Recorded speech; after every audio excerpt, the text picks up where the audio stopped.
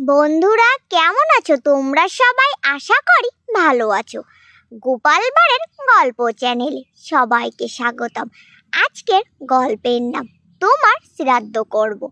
চলো তাহলে এবার গল্পটি শুনে নেওয়া যাক। কোনো এক বিশেষ প্রয়োজনে গোপাল গ্রামের এক ভট্টাচার্য বামনের কাছ থেকে কিছু টাকা ধার করেছিল। যে সময় টাকা শোধ দেওয়ার কথা ছিল সে সময় দিতে পারেনি।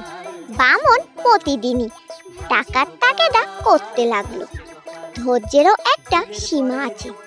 শেষে সে অত্যন্ত ক্রুদ্ধ হয়ে বলল, গোপাল, আজ আর তোমার কাছ থেকে টাকা না নিয়ে উঠছি না। রোজ রোজ আসা আমার পক্ষে সম্ভব নয়। আজ প্রতিজ্ঞা করে বাড়ি থেকে বেরিয়েছি, আজ টাকা না পেলে তোমার শ্রাদ্ধ করব।